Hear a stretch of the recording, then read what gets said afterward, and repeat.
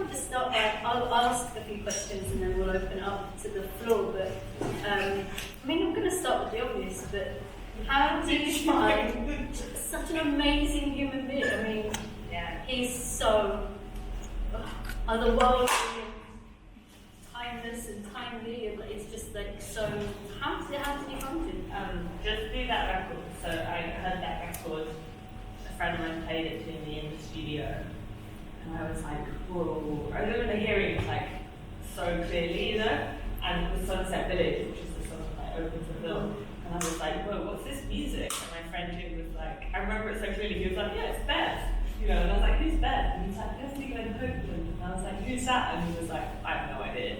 And yeah, I couldn't tell like what era it was, like, whether it was like contemporary or old, man or woman, I had no idea. So I went like Googling around and eventually found Glenn on Facebook after a little bit of digging and sent him a message because I was researching a different project at the time about like music and heritage. So I sent him a message because I wanted to speak to him about that project. Kind of an excuse to also just send him a message. And then we had a Skype, and our Skype was like 2.5 hours long. Oh, wow. And he, in that time, it was really early on in the kind of, you know, in the progression of his career, but he told me in that conversation, he told me this thing that he played his first show, and those young people would come, and he told my generation how precious we were, and he felt that he was like, that my generation, our generation was like his audience, and he was ready for us, and it was like so moving. And then we spoke for like a year on Skype about just like figuring out if we can film something together, like make some music, just a project. And then I eventually got some money together to fly out to Nova Scotia and meet him and record him playing with that. He just met that band. Oh wow, really? Yeah. So there's something really, it's amazing. It almost feels like you're part of the family already, and so to know that you were kind of speaking to him for so long. Yeah, like the whole thing happened, like it was the most, when anyone says now, they're like, what's your next thing? And I'm like, I don't know, like that happened out of some sort of bizarre, like universal movement, you know, because everything just unfolded, like our friendship happened and that happened, and then we started filming together, and then he got offered a tour in Europe, and we like just got enough money together to be able to go and chase him around, and they were able to stay in my house so they could afford to come. You know, it was very much. Yeah, in fact, that was a. You watch it happening. Yeah, you know? It really is. So, I guess, okay, because you kind of answered my question, but what I really love about I mean, there's so much to love about the film, but you managed to talk about gender and identity politics. You managed to talk about history. You managed to write so many things, and music as well as both, you know, in terms of performance and technique and all those things. But what I really love is this. You know, you start off with him in this very repressive world, his past and how he can. I mean, even the screen is.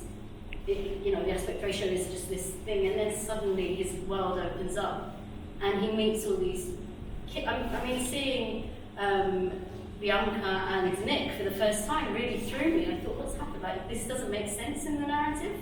And then it just turns into this intergenerational story. So, yeah, I think my question was that there to begin with, and it sounds like that was right. Yeah, that was right from the beginning. Like when I first started writing stuff about Glenn, it was always called Elders, and it was always about like elders and time traveling. And those were the like themes that were always present. So that was it from the get-go. Because I was just like, I don't have much family, I don't have any grandparents or anything, and I was like, I've never had a friend like this before, and there's so much wisdom to be gained from having conversations with people from different generations, because at the time I was like, my generation, we're all standing on the shoulders of Glenn's generation, you know, like we're all the work that we do as artists and whatever, it's like we're all doing that off the back of what everyone did in the 50s, the 60s, 70s and previously, and everything we do is recorded, like everything, it's like photos, videos, blah blah blah, but his generation is like, you know, they're getting towards the latter part of their lives now, and a lot of their lives haven't been archived or told or whatever, you know. So and I think I mean that, like, not even in the sense of being a filmmaker, but just being like, why don't we talk more to the generations above us before we lose them, and teach them what we're learning, and listen to what they've learned. And if we could do more of that, I do think the world would be a better place. In terms of archive as well, it's got quite an interesting use, because I'm guessing there's a lot of recreation, his father on the piano, but even the type of archive you use I found really interesting, and some of that I'm guessing was from his personal collection, and was there any? How did you go about sourcing? There's photos, so like all the photos of Glenn's family, the stills, but everything else pretty much is either something we made, or it's something that's like, it's all temporally accurate, you know? So like the stuff from the race riots is all from the 1940s and 1950s. Some of the VHS footage is from the neighbourhood that he grew up in, that we got from the neighbourhood society, and then some of it is just found footage. So there's a lot of like, we made the film with zero money, so there's a lot of me on YouTube, like hours and hours and hours, like going through like 1980s, 1970s Toronto train watching videos and that kind of thing. There's a lot of trains. Yeah, I like that. Like, I think I found a couple of good clips of old transport footage from the cities at the right era, and then I was like, it's quite a nice motif, because I was like, we're traveling through time, and you can see like the ways in which transport's changing, the city's changing, and it's this kind of like Glenn arriving in new cities and like getting on trams and getting on trains. And it's also a nice contrast to then use nature as a motif when it comes to the music. Is always, you visualize the music really beautifully. There are those moments where you can see what you're hearing, and I think that's a really nice contrast. But also another question, Elizabeth, his wife, like you credit her at the end. How much input did she? Because she doesn't appear. So what was the input there? So we shot this whole thing in like 10 days probably with Glenn. You know, like, so I spent 5 days with him in Nova Scotia right at the beginning. And I met Elizabeth, but she wasn't with us beyond that, you know, like, she said hi and she was off doing an artist residency. She's like an amazing artist. And then the next bit of shooting was just on tour in London, Europe, and she wasn't there either. So she's not, I don't know, the way that I shot, the way that I wrote the film, because I kind of wrote it once I'd met Glenn and like recorded the first interview with him. I wrote the film to just follow his music. So it was really like a film about his musical career. So every single decision in the film is made according to his music. Like the first half basically follows his influences through to the music that he made up to keep Fantasies, and then like this tour. And to me it was always about that record. Like that's kind of what this film is about. So I always say with this film that it's not a biopic of his life. Like Glenn is, he's like a TV presenter in Canada. There's all these other elements in that exploration. Elizabeth, and he's got, adopted children, all these people and stuff. So that's the kind of decisions I made as to what went in, what went out. How's the touring with the band feel? So what's that experience? That was very fun. Really fun. It was really fun. I mean, there is such an element of fun in this film. I was saying this secret before, but it also meant like that moment where they're on the Chatsworth Road making coffee music. Like it's really weird, and then seeing places that are packed and everyone's masked and dancing. It just was an element of enjoyment that we haven't seen for a while. So it was a really nice.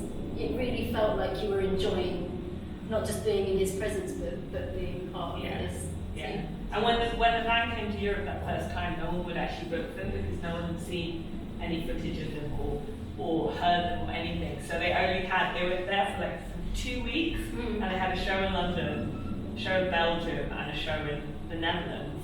So like we did the London show, and I put up the whole band in my flat.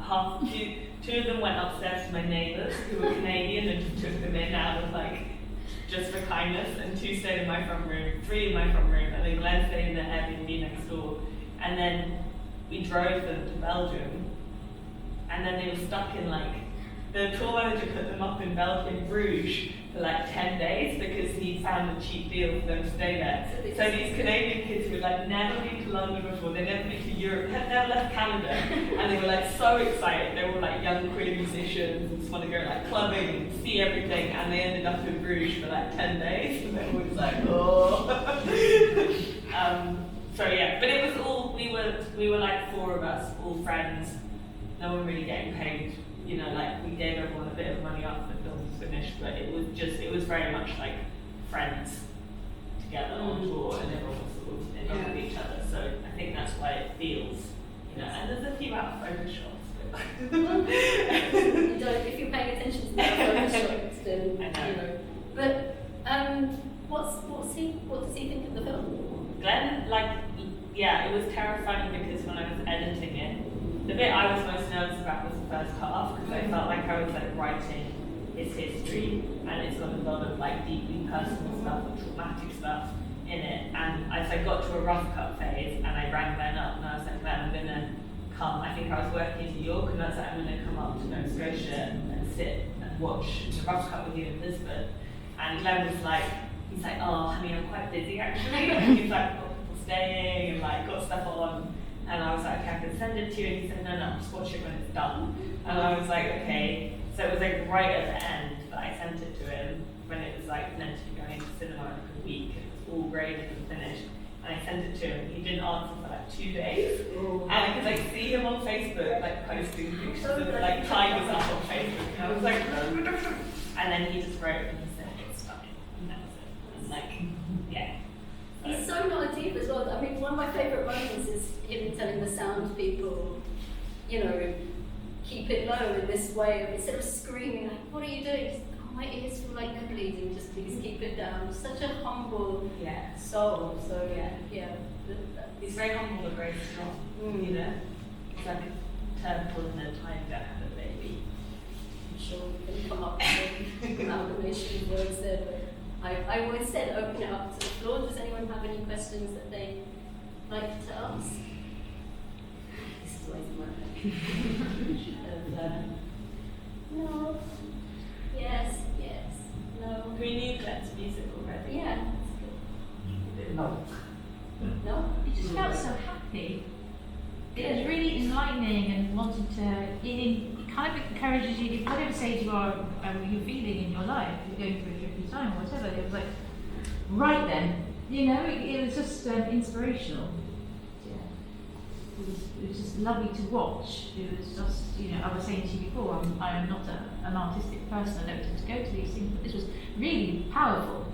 I really felt like, oh my God, these people are so beautiful, they're so much, they're so happy, they're just smiling all the time.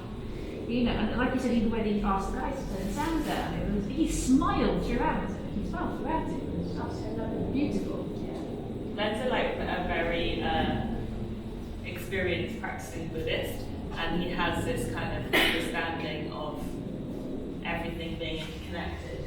And he talks sometimes about how that is how he is so at peace with his entire life journey, because he sees it all as just like one giant universal sort of mesh. And when you spend time with Glenn, like all of these crazy synchronistic things start happening, and it just makes you wonder if you can learn how to move through the world like him. If, you know, yeah, it's very spiritual. We all need to learn, I think, in our lives, maybe. Yeah. He also has some of the best lines, like Stunsville is going to just be in my vocabulary now. Any other thoughts or comments? I just want to say thank you for giving transfers and an elder transfers and a space. So don't get to see that much. You never see an elderly transfers on screen. It's always young people. You never see ourselves anymore. So thank you for showing that and in a nice way. Yeah, well, he has a beautiful life and a beautiful wife and a beautiful practice, and I think that I found when I met him, I was sort of stunned by his presence, and I feel like, especially since the pandemic's happened, I'm so glad I made this film, because I spent so much time with Glenn, and I kind of was like, so many more people need this time than I do, you know, and part of the sort of I'm so glad that I made it is so that all these people can spend time with him, you know? Because you are just like sitting in a room having a chat with him essentially, and getting to hear him play because he's not really been able to tour much over the past 2 years. So yeah, it feels like I feel really lucky to have had the opportunity to be able to be a conduit, you know? I'm glad you did.